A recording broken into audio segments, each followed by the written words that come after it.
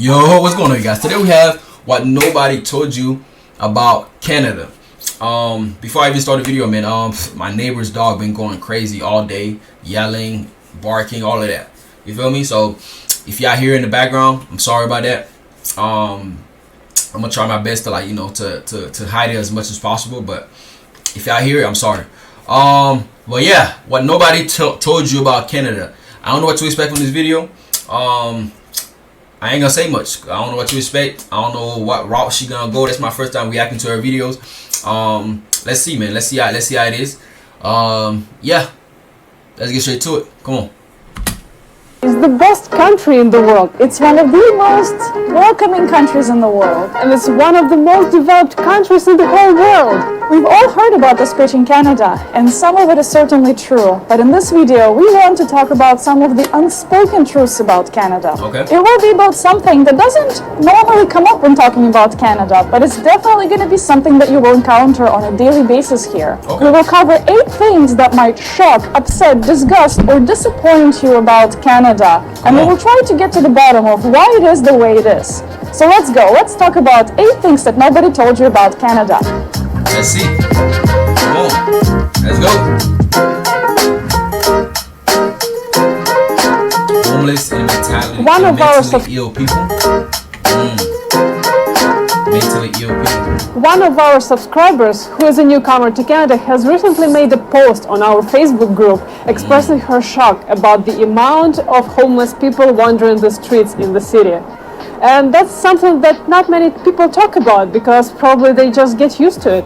Canada is a tolerant and liberal country, and that also means that it's tolerant and liberal towards humans of all walks of life. Homeless people and drug addicts are also people, and they are in fact protected from discrimination in Canada by law. Canada spends more than $2 billion every year to fund social services aimed at helping the country's homeless population. And this year, this number has doubled. Homeless people get social aid and have the right to shelter and food. There are nearly 200,000 government and non-profit organizations around the whole country that address the problem of homelessness. Canada has gone as far as giving the drug addicts their daily dose of drugs. Yes, Canadian taxpayers pay for drug addicts to shut up. They do that to control and address the opioid addiction crisis. See, it's better for everyone if drug addicts have a safe and controlled environment to do their thing. How does that work? Huh. That's interesting. I never heard that before. Instead of letting them wander on the streets and committing crimes just so that they can get their hands on the next dose. As a result, you will see a lot of homeless and funky people on streets, especially in major cities in Canada. They mostly flock to downtown to beg for pennies, and it's not uncommon in each city to have this sketchy neighborhood where you have the whole settlement of homeless folks. In colder cities, this issue is less apparent than in warmer cities like Vancouver and Toronto.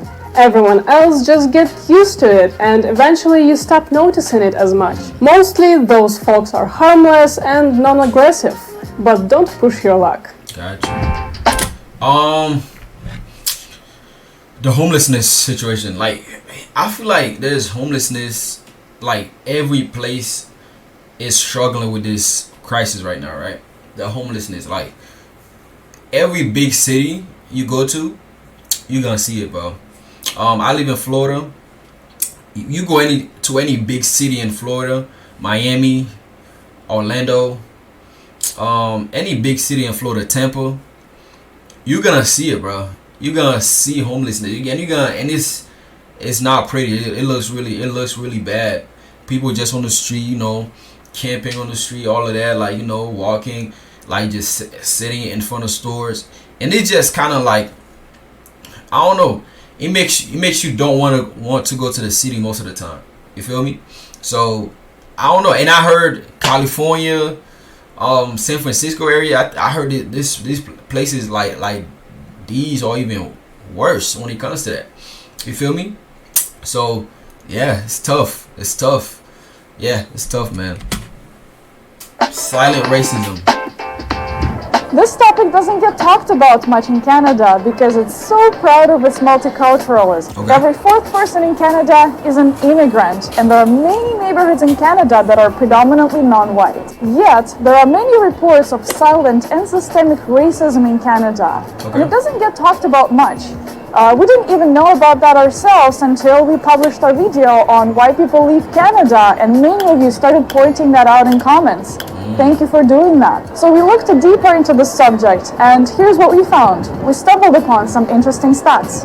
This one in particular is interesting, as it reports that according to Census Canada, Black population make less annual income than other non-visible minorities. Hate crimes are also more likely to be committed against Black, Arab, and then Asian population. And beside numbers, silent racism is silent for a reason. Unlike the US, Canada is subtle about it, except for Quebec maybe.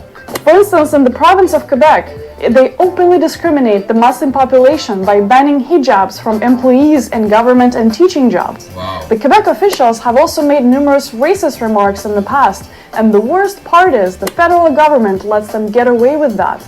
That's silent racism. If you're not yet convinced, pick any bank.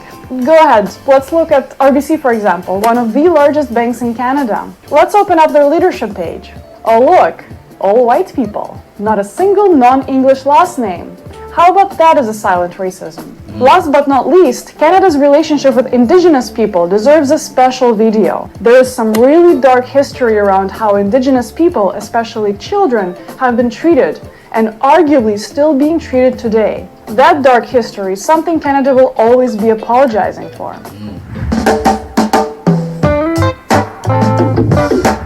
Before you move to Canada, make sure you do all your medical tests, all your checks, and stock up with all your medication in advance.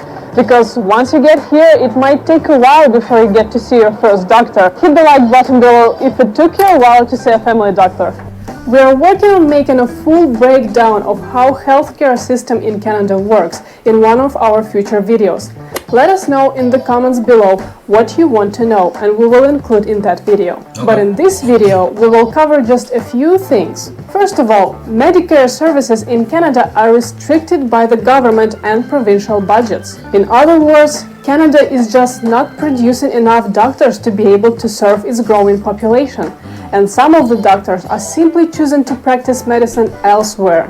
One interesting thing we found when doing research for this video is that Anastasia reached out to a couple of her friends that were studying medicine a while back, and she was surprised to learn that every single one of them have moved to the US. Wow. None of Canadian med students graduates she knew have stayed in Canada to practice medicine. They all left, mostly to the US, for higher salaries and better working conditions. Depending on the city and the province you're from, it might take a while for you to find a family doctor. For instance, in Toronto, it took me about 4 calls to 4 different clinics in my area before I landed on a doctor that is taking new patients. He was a fresh graduate practicing medicine for just 3 years, and my experience is considered easy by my friends from Quebec, who can be in search for a family doctor for months and months and months. All older doctors' practice is already full, and it's nearly impossible to get an experienced family doctor in Canada, especially if you're a newcomer, unless you get lucky and some of the older patients die and free up a spot for you.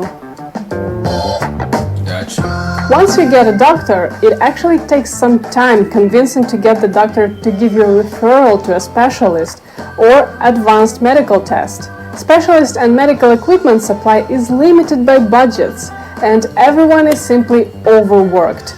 So unless you can convince your doctor that what you experience needs to be addressed and sounds very important to your doctor, they might just end up sending you home and tell you something like take Advil or drink more water.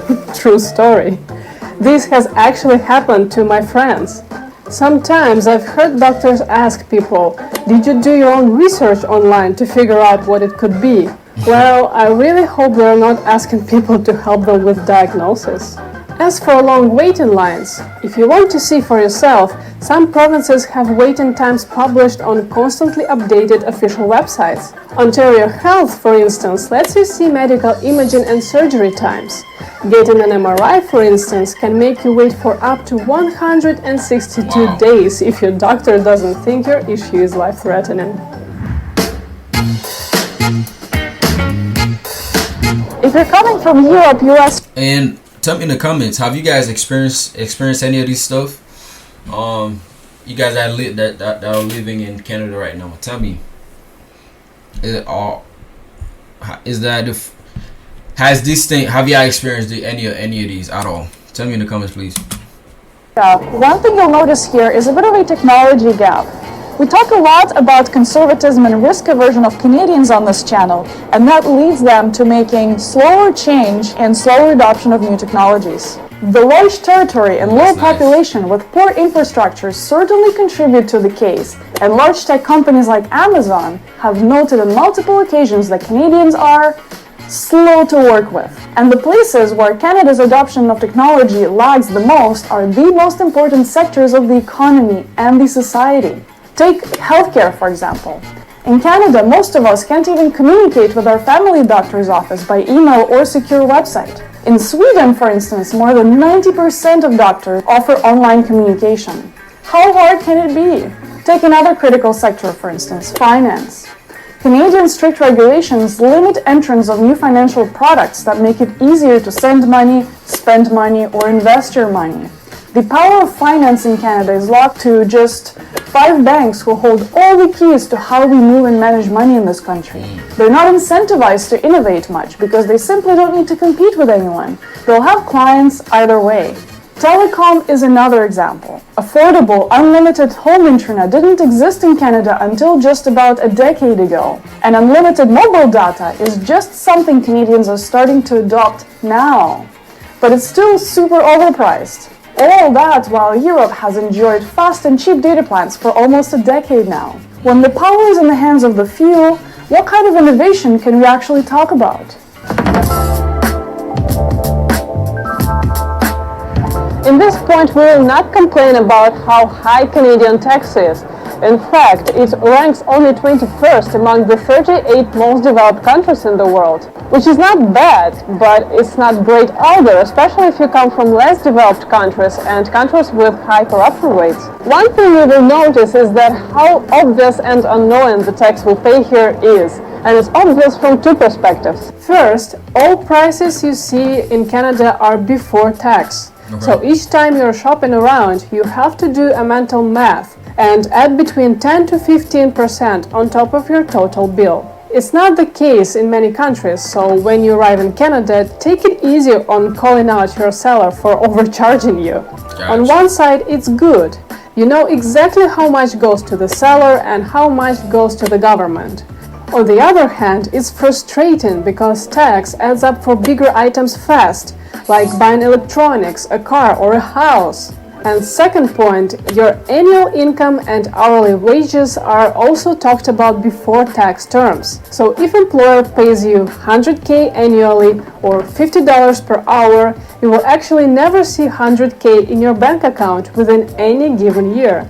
This is because the employer is required to deduct your tax at the source. So instead of making $100K, you will actually end up making up to $65 or $75K in actual cash, depending on which province you're in. It also costs more to be rich and making a big salary in Canada. In Ontario, for instance, if you're making more than $220,000 per year, your tax will eat up half of your salary. You should also be careful working several jobs in Canada, because your employers are withdrawing the tax based mostly on the amount they're paying you, which means you might end up underpaying tax and get hit with the big tax bill in the end of the year. Wow. Have you ever held 2 jobs? What was that experience like? Let us know in the comments below. Yeah, tell me in the comments though, if any of these things, have you experienced any of this stuff and how is it? You know, tell me in the comments, man, please. Lastly, you have to file your own tax report in Canada. Each person is responsible for collecting all the documents necessary and reporting their income and tax paid throughout the year by April 1st each year. And if you're late on submitting your tax report or paying your tax due, the penalties you pay are pretty big.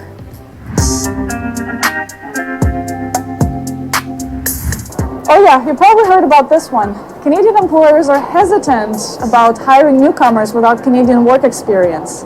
And that's a fact. Let us try to explain why. Many newcomers struggle finding a job for many reasons. They can't articulate their background, their English is not that strong, or they don't use the Canadian resume format. By the way, make sure you watch our career series to make sure you're well set to search for your first job. And if you're looking for some personalized help, we offer coaching services. Check out the link in our description for more information. Some Canadian professions are also licensed, which means you need to pass some courses and professional evaluation in order to even be able to get a job in fields like engineering, medicine, finance, education, and many skilled trades. And lastly, Canadians are risk averse. Their hiring process can be long, and many want to hire someone who looks familiar, speaks familiar, and has worked at familiar companies with familiar culture. Some may call it discrimination, but most Canadians are just trying to protect their own ass, because the cost of hiring and firing in Canada is very high. It costs at least half of the candidate's salary to hire a new worker, and the process of firing someone can last for months. So what do? You volunteer, you network, and you make sure you invest into building a stellar resume. We will leave the link to all the resources below. Honestly, I'm hopeful about this one. Looking at the projected immigration targets by Immigration Canada, there will be almost 1.5 million new immigrants in Canada by year 2025. And given that many employers struggle in hiring post-pandemic, Canadian employers will have no choice but to become more open-minded to hiring newcomers. Gotcha. Housing crisis. There is a huge housing crisis in Canada, we all know that, but the quality of that housing isn't great either. Building homes in Canada is expensive, in part due to lack of... I'm actually a realtor, real estate agent, for those who don't know. But yeah, man, I mean, I love houses, so I'm really interested in this, really interested in this part of this video. Come on. High immigration, expensive labor, and historically low interest rates. So builders cut corners and accelerate construction any way they can. We'll get to this in a moment. Overall, there are just not enough homes being built, and way too many immigrants are coming to Canada every year. So the low housing supply causes bidding wars, where the crappiest houses end up being sold for hundreds of thousands of dollars. Many believe that housing prices have skyrocketed due to an increase in foreign investors buying out homes in Vancouver or Toronto, but looking closer, there is no real evidence that's the case. However, every second home in Canada is owned by an immigrant. On the flip side, what we do know is that the significant part of apartments downtown Toronto is owned by landlords who don't even live in Canada. It could very well be that many immigrants buy properties in Canada and eventually move back to their home countries. So when your pipe blows up or your tap needs fixing, good luck getting your landlord come in and help. And many condos in Vancouver downtown just sit empty because nobody can afford to rent them, while the owner is somewhere in China. Coming back to quality, depending on where you're coming from, you might have to lower your apartment quality expectations in Canada. It's very common for apartments to have very thin carton-like walls and very poor sound isolation between apartments. If you're renting a home in an older building, insulation will become a real problem once winter hits, and your heating bill will be through the roof. And don't get me started on the sizes and the actual practicality of apartment layout design. Toronto is famous for its $1 million shoeboxes. For the house thing, I mean, it's kind of the same thing, you know. It's like for the past 2-3 years, 2-3 years. We're in 2024. After COVID, let's say after COVID, right? Home prices went through the roof. Rent went up. So it's like, and there's not enough homes. there wasn't even enough inventory in the market for everybody that wanted a house. So that's why the prices was so high. You know, like she said, everybody was bidding on the house. So it's like the prices just kept going up. And what else? Yeah, and right now, developers, they not doing justice. The way they building house nowadays, not good. But yeah, man, I mean, the housing crisis is not only in Canada, man, it's here too. We talked about a lot more in Canada. What are we being silent about? Let us know in the comments below, and make sure to share this video with a fellow friend who is moving to Canada soon. And if you're not subscribed to this channel, make sure to do so and hit the notification bell to be notified when our videos are coming out. Also, check out our Patreon if you want to support our work, and join our Facebook group to connect with other fellow newcomers. This was a good video, man. This was a good video. A lot of this stuff that they mentioned, though, it's no different here, man. It's no different here. It's like all this stuff they mentioned is stuff I've been hearing here my whole life. You feel me? So nothing there surprised me. It didn't surprise me.